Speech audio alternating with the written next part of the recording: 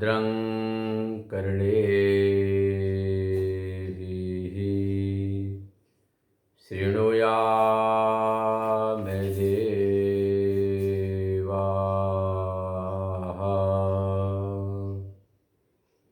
भद्रं पश्येमाक्षभिर्यजत्राः स्थिरैरङ्गैस्तुष्टुवागुंसस्तेनोभिर्व्यसेमदेवहितं यदायुः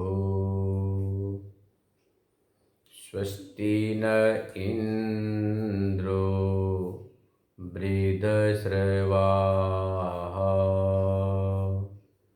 स्वस्ति नः पूषा विश्ववेदाः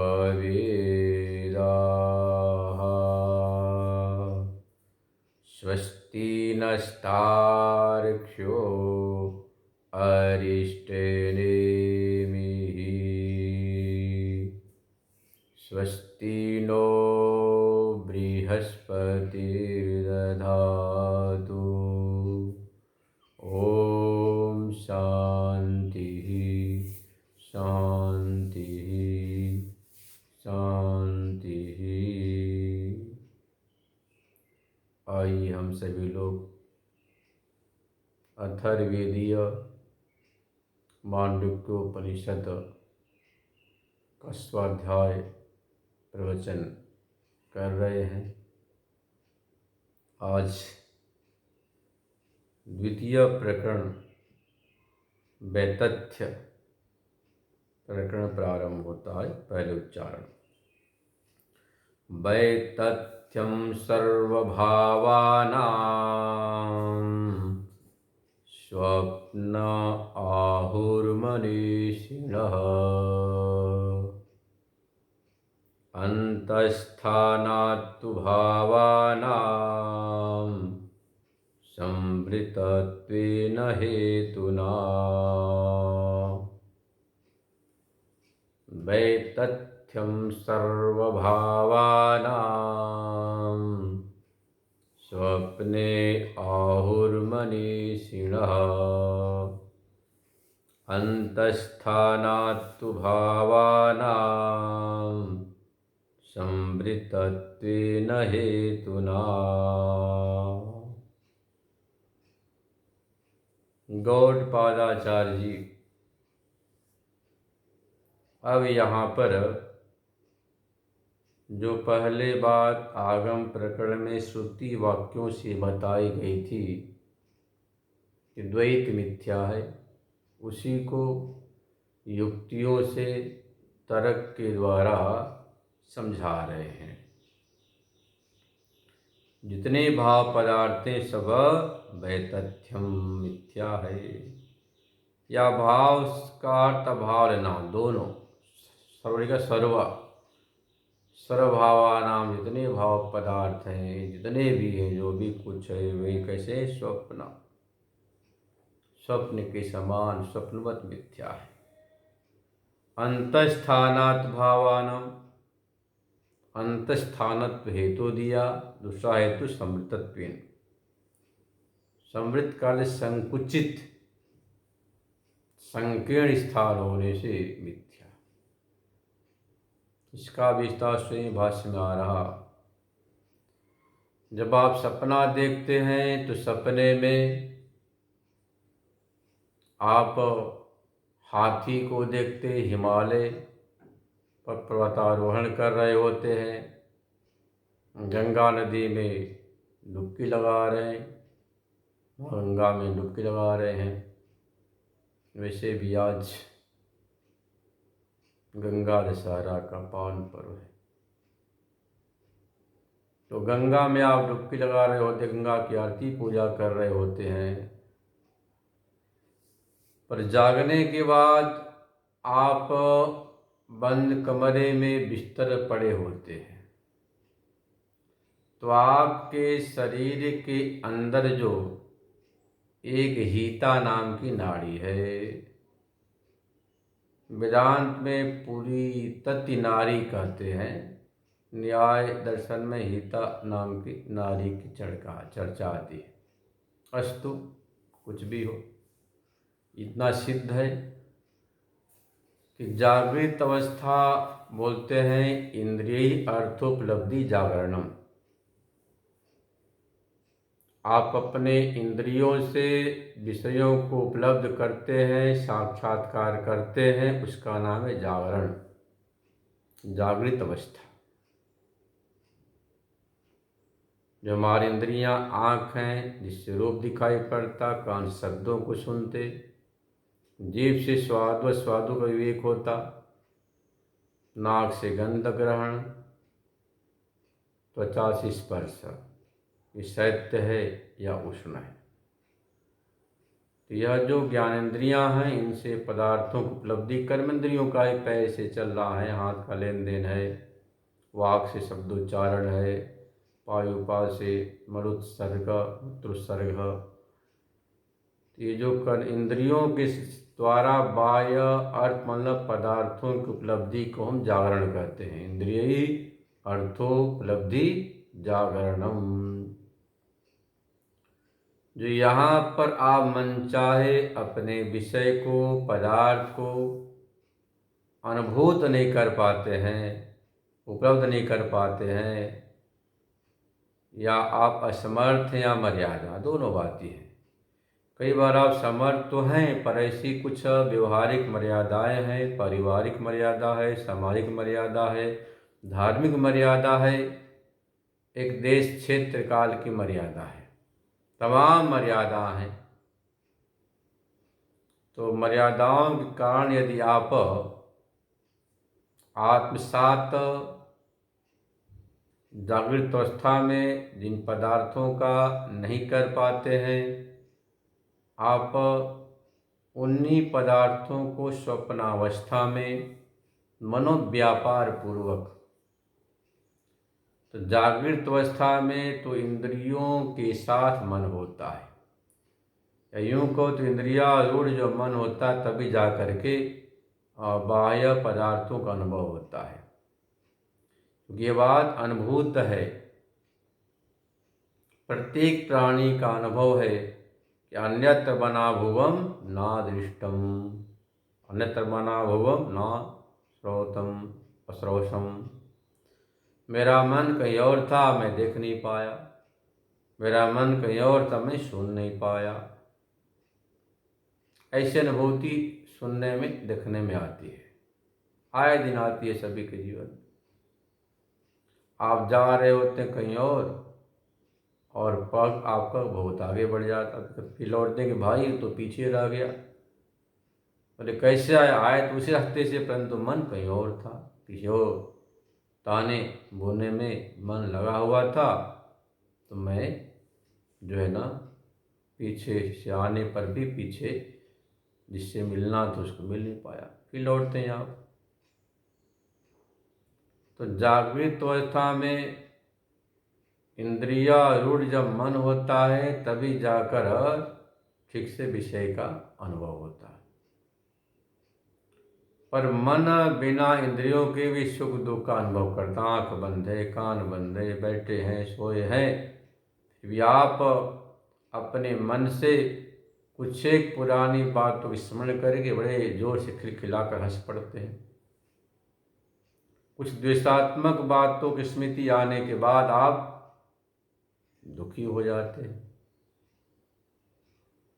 तो ये जो जागृत अवस्था है, इंद्रिय अर्थोपलब्धि जागरणम।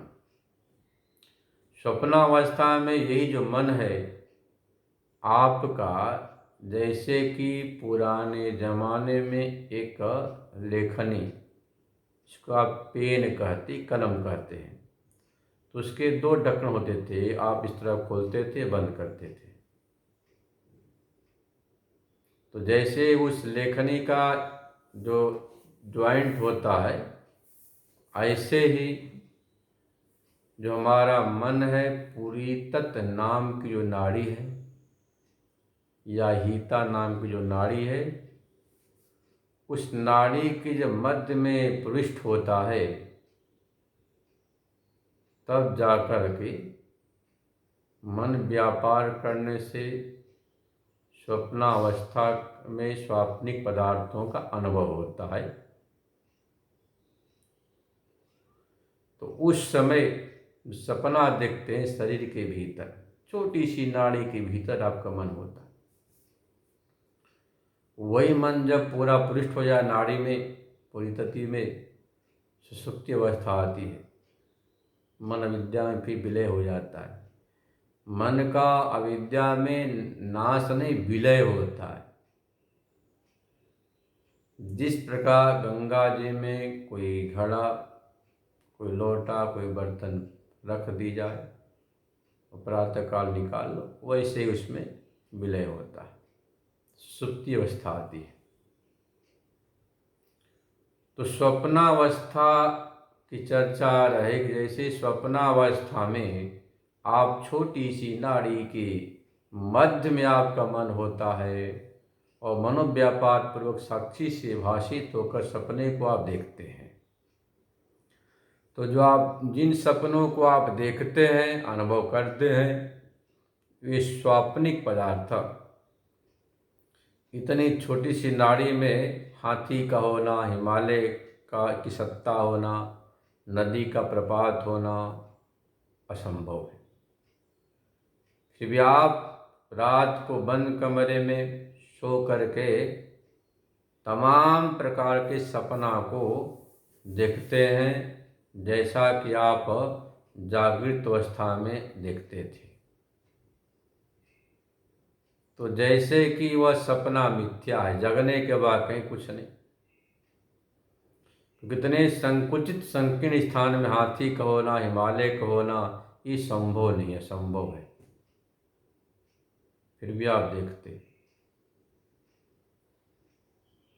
ऐसे ही जागृत काल में आप एक सपना देख रहे हैं। जैसे कि स्वाप्निक पदार्थ दृश्यत्व है, मिथ्या है, ऐसे जागृत पदार्थ भी दृश्य होने से मिथ्या है। दृश्यत्व हेतु बनाकर मिथ्या को सिद्ध किया।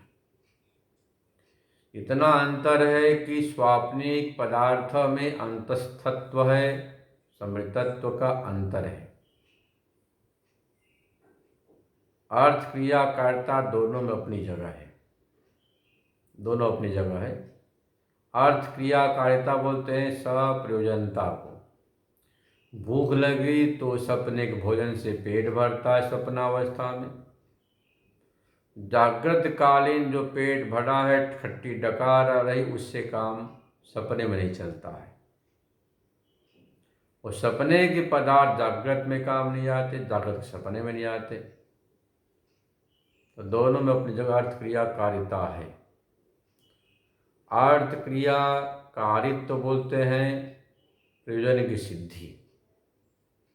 भूख लगी तो भोजन से तृप्ति हुई, अर्थ क्रिया कारिता हो गई भोजन में।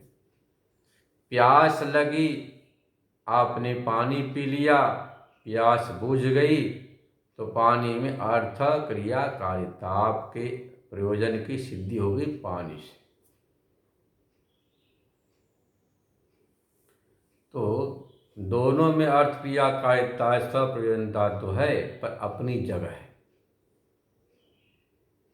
जागृत कालीन अर्थ क्रिया कारिता का सपने में व्यभिचार होता है, स्वप्नावस्था के पदार्थों जागृत में व्यभिचार होता है, बाद हो जाता है। पर दृश्यत्व दोनों जगह बराबर होने से मिथ्या है। जहाँ जहाँ दृश्यत्व वहाँ मिथ्यात्व। जैसे कि स्वप्नावस्था में आपने पदार्थों को देखा पर मिथ्या, जागने के बाद बाधित हो गए। ऐसे जागृत कालीन पदार्थ भी मिथ्या है स्वप्नावस्था में, और दोनों का बाद हो गए सुषुप्ति में हो गया। वही बात यहाँ तर्क के द्वारा बता, युक्ति के द्वारा बता रहे हैं। ज्ञाते द्वैतन विद्यते इत्युक्तम, तत्व का ज्ञान होने पर द्वैत नाम की कोई चीज होती नहीं। और जीवन में जब तक द्वैत बुद्धि है तब तक व्यवहारिक जीवन, पारिवारिक जीवन में भी आनंद नहीं आता है, समता नहीं आती है, एक रसता नहीं आता। यदि व्यवहारिक जीवन में घर परिवार में भी द्वैत बुद्धि बनी हुई है तो वहाँ पर फिर बिखराव हो जाता है, बंटवारा हो जाता है। जब आत्मीय बुद्धि होती सब अपने ही है, सब अपना ही है, ये तो मात्र शरीर दो है आत्मा एक। लोग कहते हैं ना, शरीर दो आत्मा एक। यह भाव बना रहता है तब तो समरसता, एकता बनी रहती है। जैसे द्वैत बुद्धि आई, यह मैं, यह मेरा, यह तुम, यह तुम्हारा, द्वैत बुद्धि की आते ही एक दूसरे के व्यवहार में, आचार विचार में हम जो है ना छिद्रान्वेषण करने लग जाते हैं, छिद्रान्वेषण होने लग जाता है। अपना तो पहाड़ जैसा दोष भी दिखाई नहीं पड़ता है, पर दूसरे का चींटी ऐसा दोष भी हाथी ऐसा दोष मालूम पड़ने लग जाता है। ये मनुष्य का स्वभाव है। जिस दिन आपको अपना दोष दिखाई पड़ने लग जाए उस दिन समझना कि हमारे चित्त में अब वैराग्य दृढ़ होने वाला है। जब आपको अपने जीवन के भूतकालीन, वर्तमान कालीन जो आपके अपने व्यवहार हैं, आचार हैं, विचार हैं, उनमें छिद्र का अन्वेषण होने लग जाए, दोष दिखने लग जाए, तो फिर आपका अभिमान गलता है और फिर वैराग्य होता है अपने शरीर से। और वैराग्य ही परमात्मा को प्राप्त कराने का प्रथम सोपान है। जिसके जीवन में वैराग्य नहीं है वह वहाँ तक पहुँच नहीं सकता है, क्योंकि मन एक है। उद्धव मन न भयो 10-20, मन 10-20 नहीं, मन एक है। जब मन एक है तो आपके मन में इस शरीर से, शरीर के संबंधियों में वैराग्य हो गया, उपरति आ गई। यह विज्ञान है कि अपने आप हमारा मन वहाँ से हटेगा। जो वहाँ से मन हटेगा तो बड़े आराम से आप अपने मन को परमात्मा की भक्ति में, चिंतन में आसानी से अपने आप लग जाता है। और जब तक हमारा मन संसार के विषयों में लगा हुआ है, अटका है, भटक रहा है, तब तक लाख प्रयास करो फिर आपका भजन बनता नहीं। आप भजन करते हैं पर मन हमारा बाएं दाएं भागता रहता है। इसीलिए यहाँ बतला रहे कि भाई जिसको अपना दोष दर्शन होने लग जाए, समझो कि वैराग्य दृढ़ अब होने वाला है।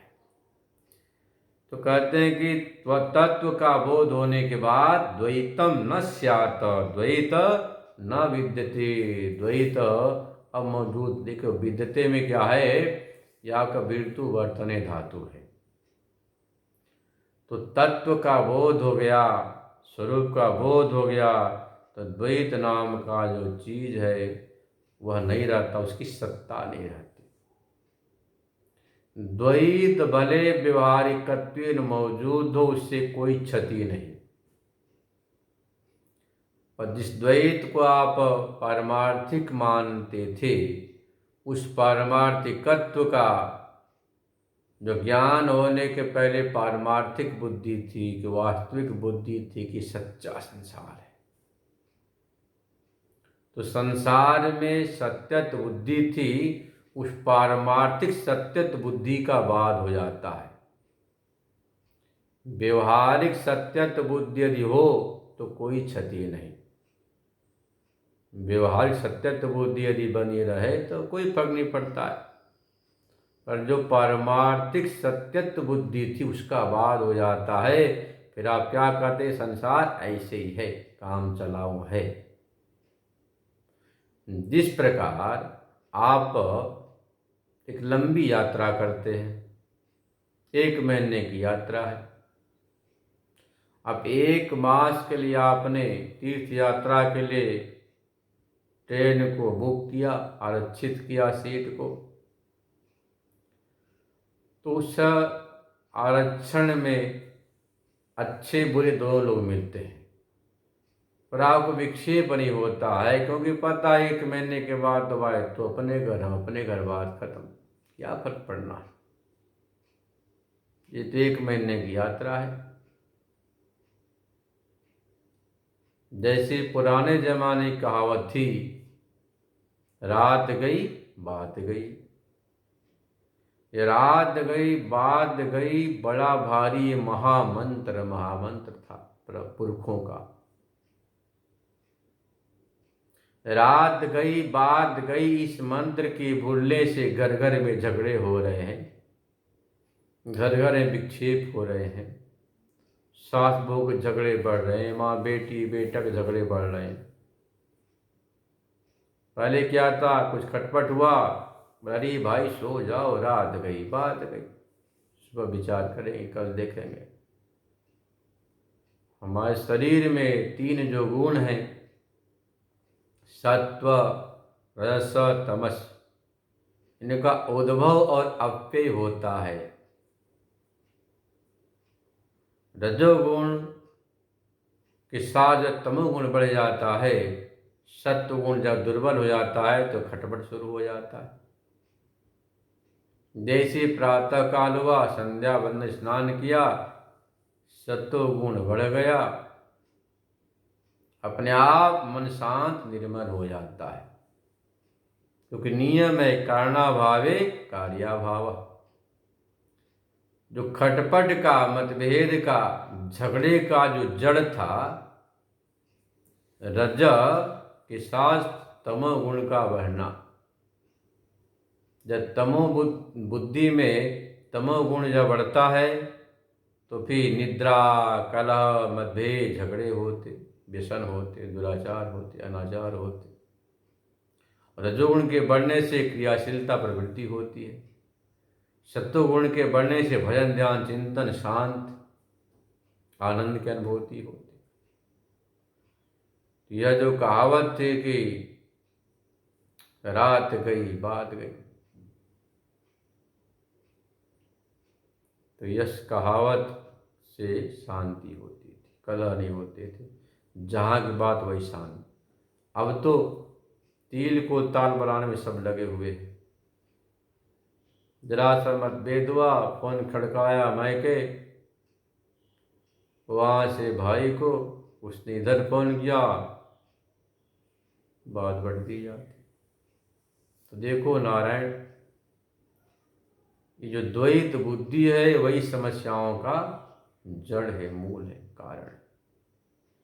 और जैसे अद्वैत का बोध हुआ, एक में द्वितीय आत्मा ही है, और कोई सत्ता नहीं है, और वही सत्य, वही पारमार्थिक है। इस पारमार्थिक बोध होने के कारण से अब आपको व्यवहारिक जगत में बहुत ज़्यादा लगाव नहीं होता है, चिपकाव नहीं होता, आसक्ति नहीं होती।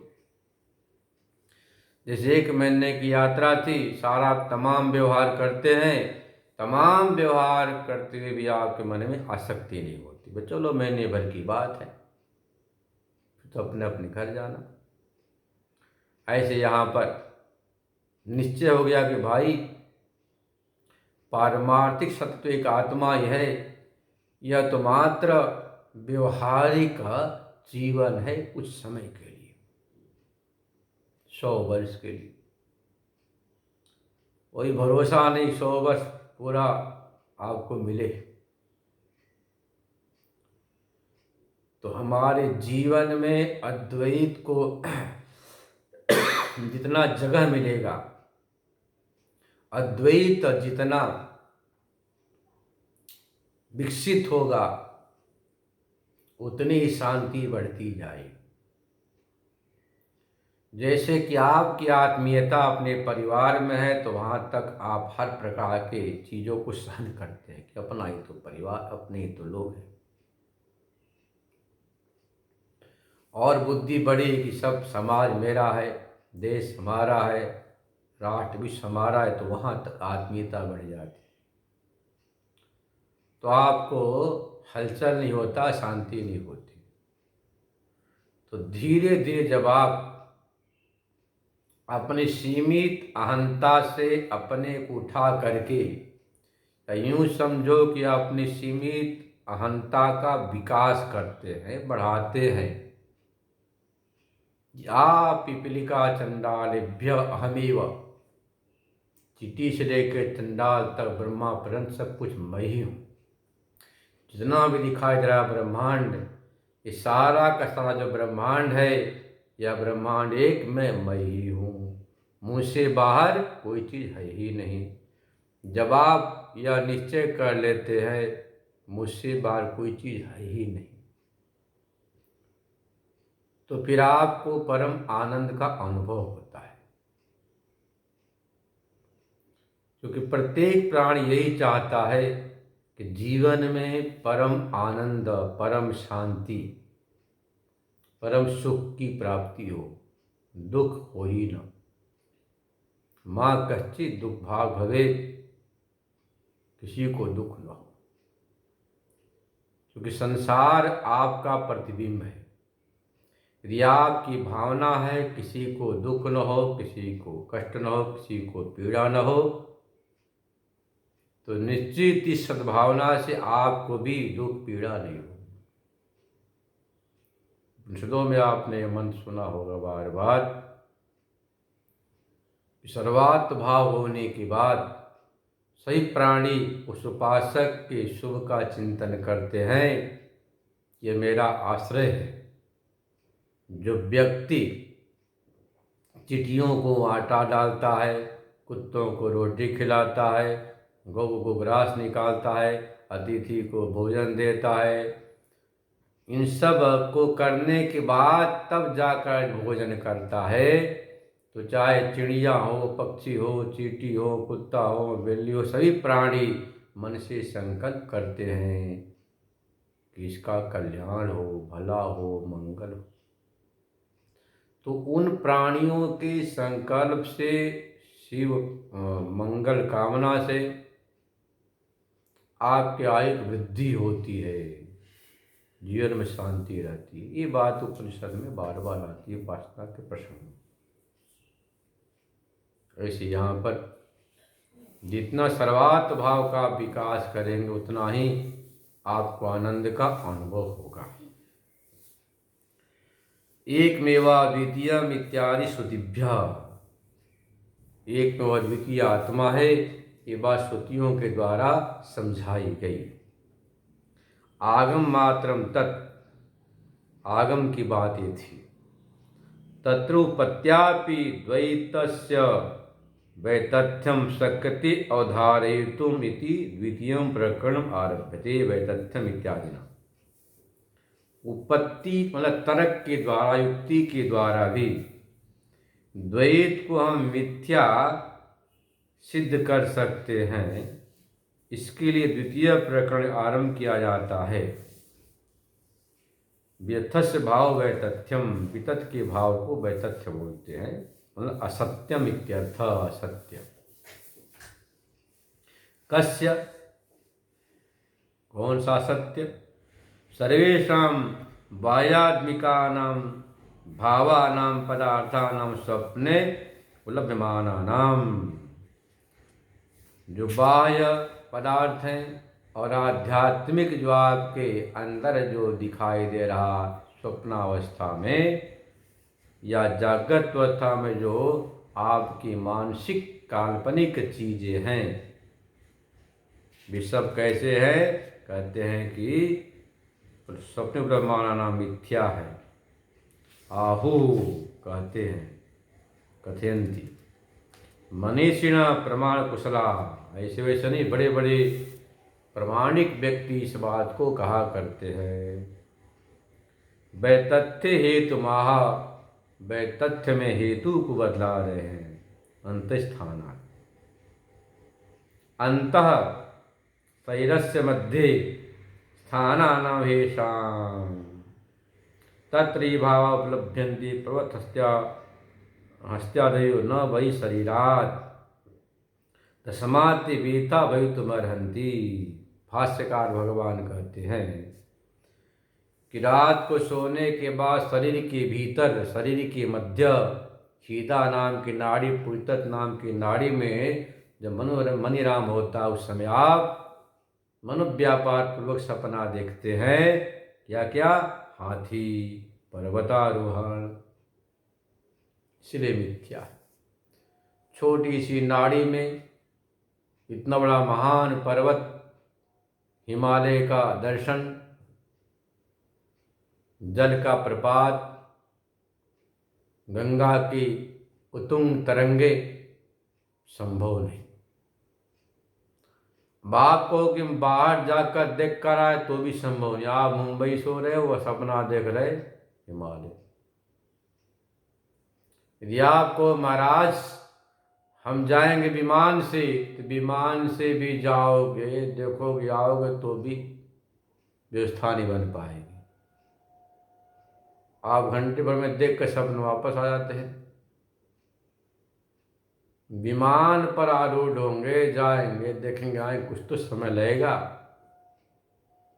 और जहाँ देखते वहाँ पर आप होते नहीं, या तो बंद कमरे में सोए होते हैं। यदि आपको उस देश में जाकर हम देख रहे थे तो फिर आँख खुलने के बाद वहाँ होना चाहिए, पर वहाँ नहीं होते। आपको शरीर के भीतर भी संभव नहीं हाथी आदि, हस्ती आदि के दर्शन, इसलिए मिथ्या है।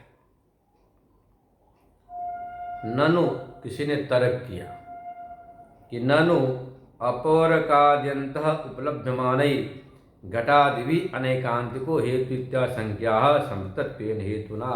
अब थोड़ी सी न्याय की बात आ गई।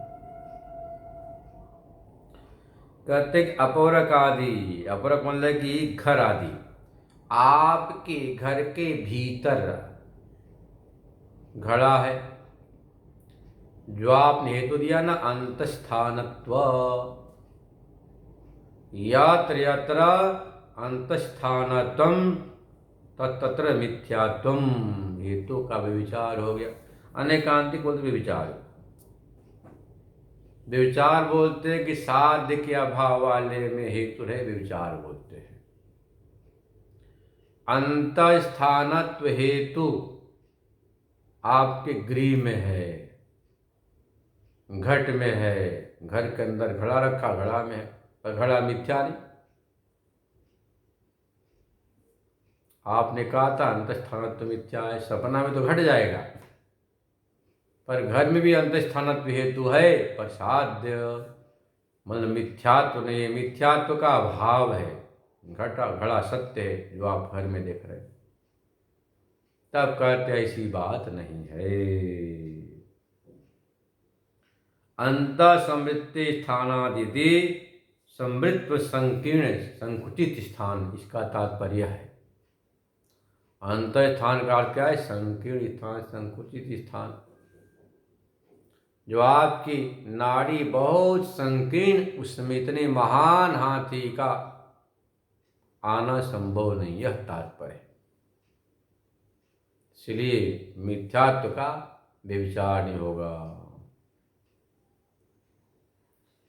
नहीं अंत संवृत्ति देहांत नाड़ीषु पर्वत हस्त्यादिनाम समूह अस्ति, नहीं देह पर्वत अस्ति। छोटे से मकान में छोटी सी नाड़ी है, उसमें पर्वत हस्त्यादि का होना संभव नहीं, इसीलिए वह मिथ्या है। अब देखिए दूसरी कारिका। अधिगत्वाच्च कालस्य गत्वा देशान्न पश्यति प्रतिबुद्धश्च वै सर्वः तस्मिन् देशे न विद्यते। अदीर्घत्वात् कालस्य, छोटा सा काल है, 4 घंटे की निद्रा। दूर देश में जाकर देखना, लौटना संभव नहीं। गत्वा देशात् न पश्यति, प्रतिबुद्धश्च मतलब जगने के बाद, तस्मिन् देश में, उस देश में, तस्मिन् देशे न विद्यते, उस देश में नहीं होता है। होता कहाँ? अपने घर में, मकान में। इससे सिद्ध हुआ स्वाप्निक पदार्थ मिथ्या है। भाष्य देख लें। स्वप्न दृश्यानाम भावानाम अंत संवृत्ति स्थानम इत्येतत् असिद्धम। जो स्वाप्निक दृश्य हैं, जो स्वाप्निक पदार्थ हैं, उनका अंतःसंवृत्तत्व स्थान करना असिद्ध है। क्यों असिद्ध है? तो यहाँ बता रहे हैं कि यस्मात् प्राच्येषु सुप्त दक्षो स्वप्ना प्रसन्नी दृश्यते। आपका सिरहाना प्राच्य बोलते पूर्व दिशा में है, और उत्तर दिशा में सपना को देख रहे हैं।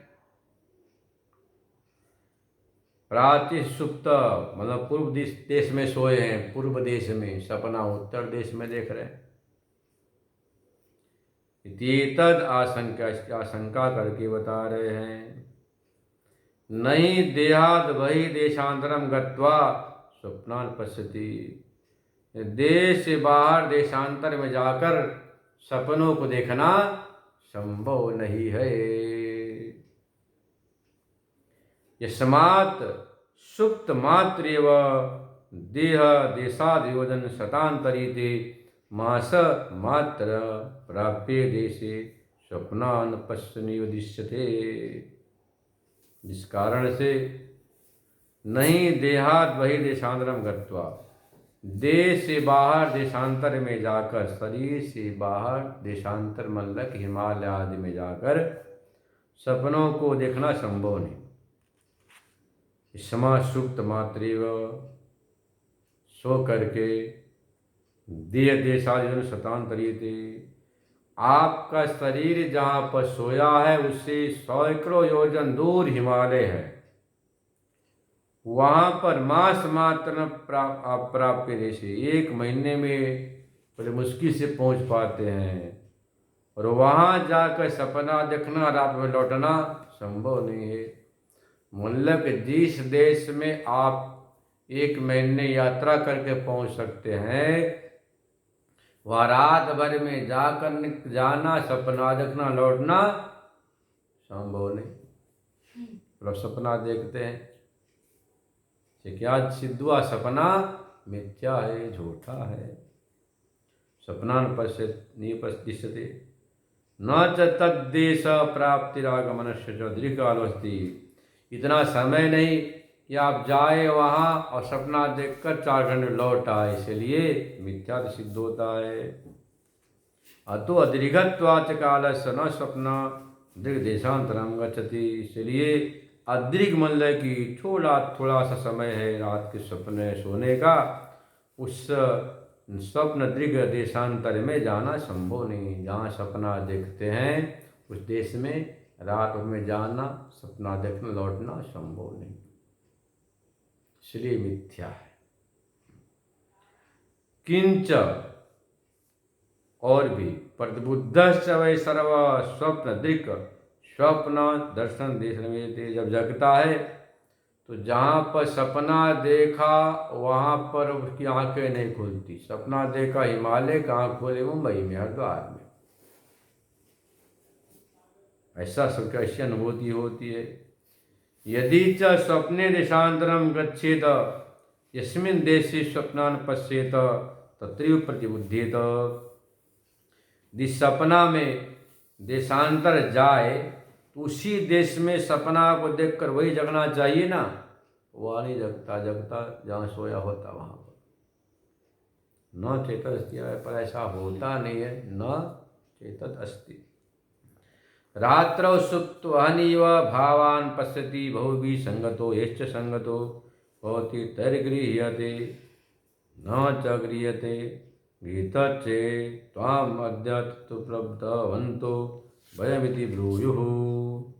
रात को किसी ने सपना देखा कि मैंने फलाने आदमी से सपने में मिला था, खूब मीठी मीठी बातें की थी, बड़े अच्छी तरह से गले से मिला था, या सुंदर मिष्ठान खिलाया था।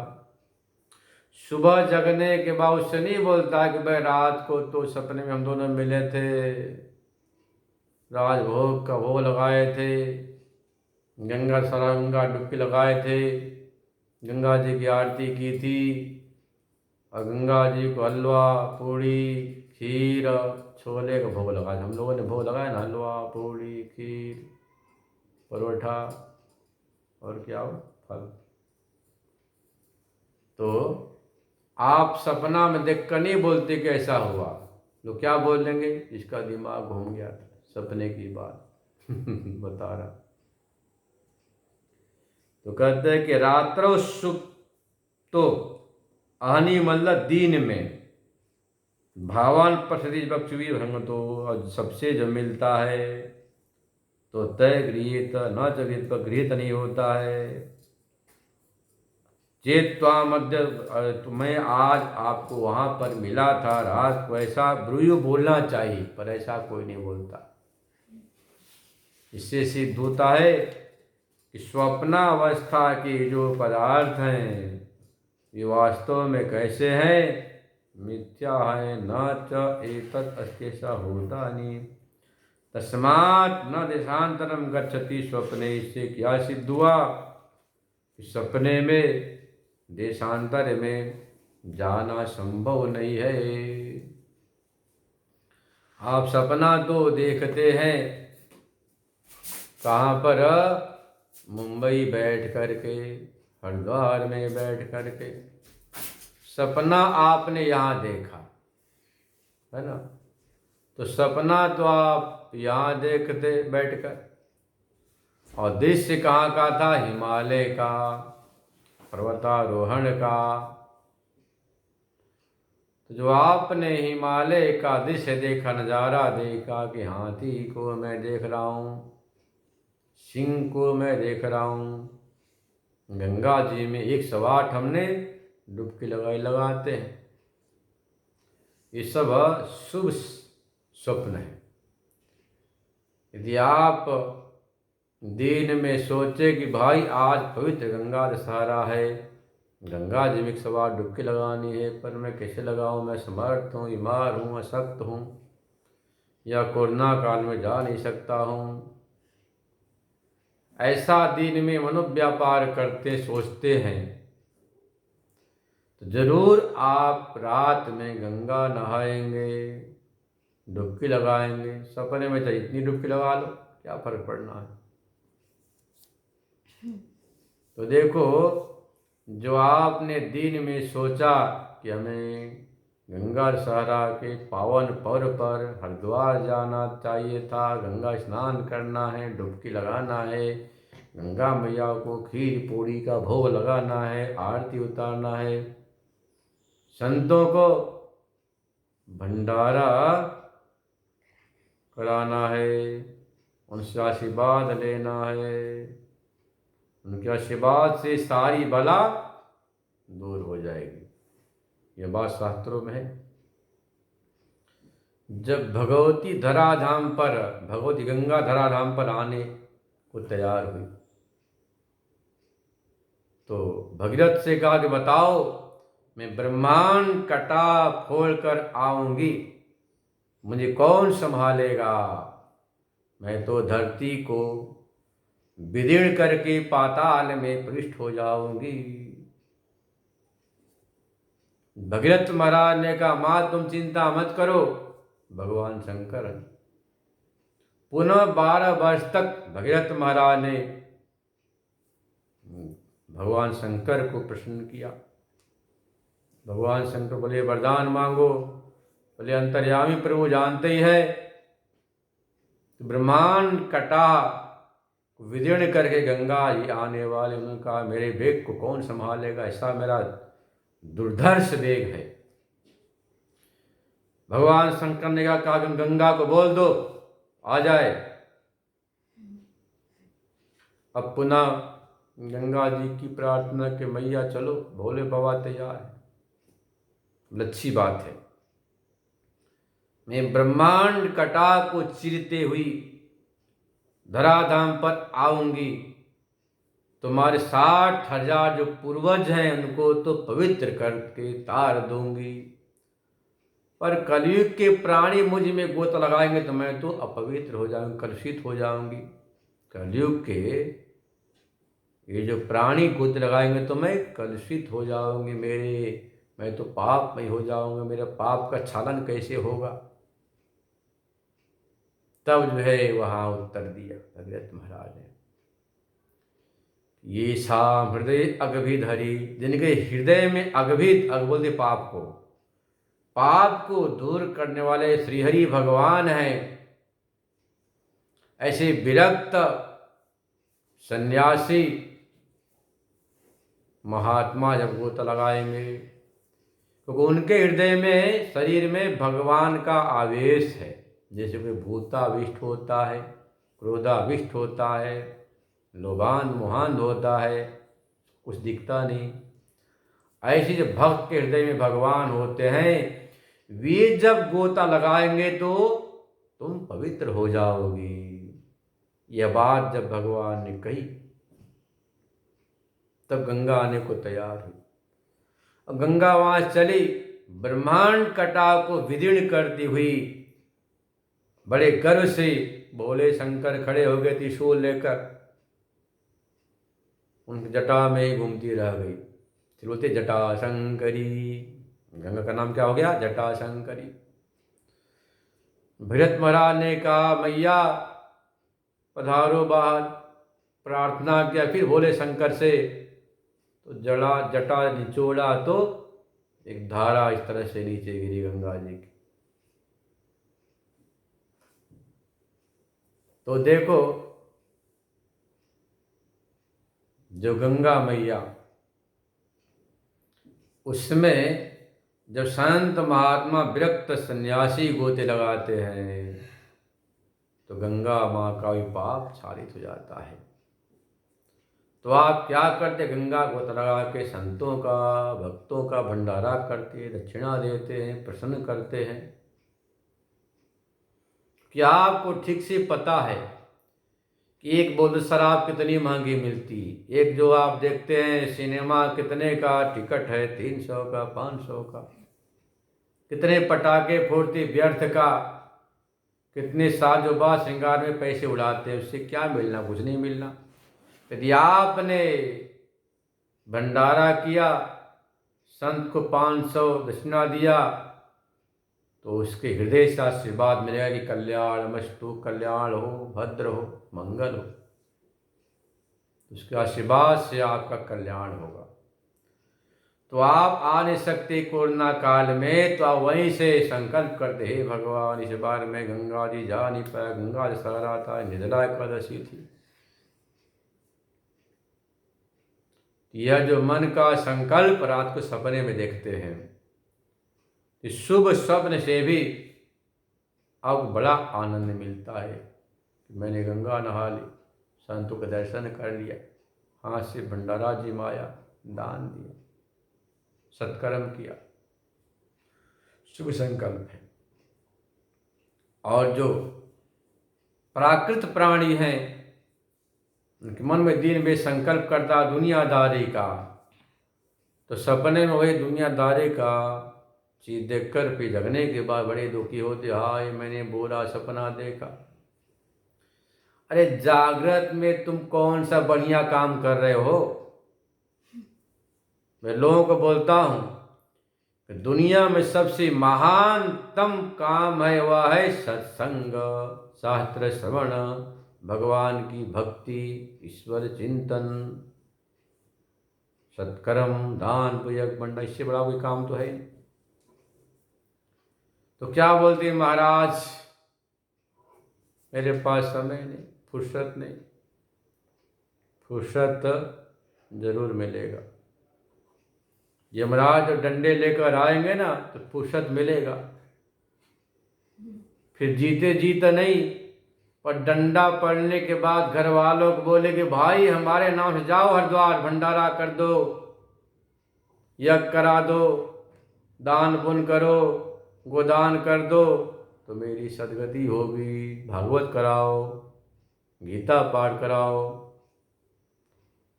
और वो भी संभव नहीं, क्योंकि पहले के तो सुपुत्र होते थे, वो तो आपकी बातें मान कर सब। अभी की बात है कि माता जी मुझे बोली महाराज बहुत मेरे पास धन है, ये मेरे भाई है, ये मेरी बहनें, सब कुछ मिलाया, अब मैं चंद दिन की मेहमान हूँ, मर जाऊँ तो आपकी अध्यक्षता में बड़ा भारी भंडारा करना, भागवत सुना देना मुझे। वो माँ तो पंजाब की थी, शरीर छूट गया, उनके भाई बहनों ने सारी संपत्ति बस हड़प ली, घटक गए। कोई भंडारा नहीं, कोई भागवत नहीं। यह होता है। यदि आपने अपने हाथ से जीते सत्कर्म किया तब तो ठीक है, और मरने के बाद कोई करेगा, पुत्र पुत्री, बहू बेटे, नाती पोते, विश्वास नहीं करना। क्योंकि आज की पीढ़ी को धर्माधर्म का ज्ञान नहीं, पाप पुण्य का बोध नहीं, स्वर्ग नरक का बोध नहीं। जब तक मनुष्य को पाप पुण्य का बोध नहीं होगा तब तक दुष्चरित्र से निवृत्त नहीं होगा। दूसरे बोध होगा कि ये कर्म करने से पाप लगता है, फल नरक में जाना होती, पीड़ा होगा, तो बुरा काम नहीं करेगा। इस काम करने से शांति मिलती है, पुण्य होता है, सुख मिलता है, तो फिर सत्कर्म में लगेगा। ये पाप पुण्य दोनों मनुष्य के नियामक है, नियंत्रक हैं। तो प्राचीन काल में शिक्षाएं बचपन से दी जाती थी। अब तो स्कूल में है शिक्षा, न स्कूल के बाहर घर परिवार में है। बस पेट से निकला, निकलते ही उस मैकाले जो लुटेरे जो पश्चिमी देश के हैं उनकी शिक्षा को पढ़ने लग जाता है। लुटेरे कहते हैं, कितने बार लूटा देश को। ऐसे पश्चिमी सभ्यता की शिक्षा को पढ़ने लग जाते हैं। अब 25-30 साल तक वही पढ़ा लिखा, तो उसे कहाँ से धर्म का ज्ञान होगा। न उस विद्या से उसे शांति मिलती, न समाज को, न परिवार को। अशांत ही अशांत। तो जीवन में ब्रह्म विद्या आ जाए, आत्म विद्या आ जाए, तो चाहे कोई भी हो, गृहस्थ हो चाहे विरक्त हो, परम शांति परम आनंद की अनुभूति होती है। और जीवन में आत्म विद्या नहीं आई तो चाहे तुम कितनी भी दुनिया की विद्या पढ़ लो, इससे शांति नहीं मिलने वाली। ओ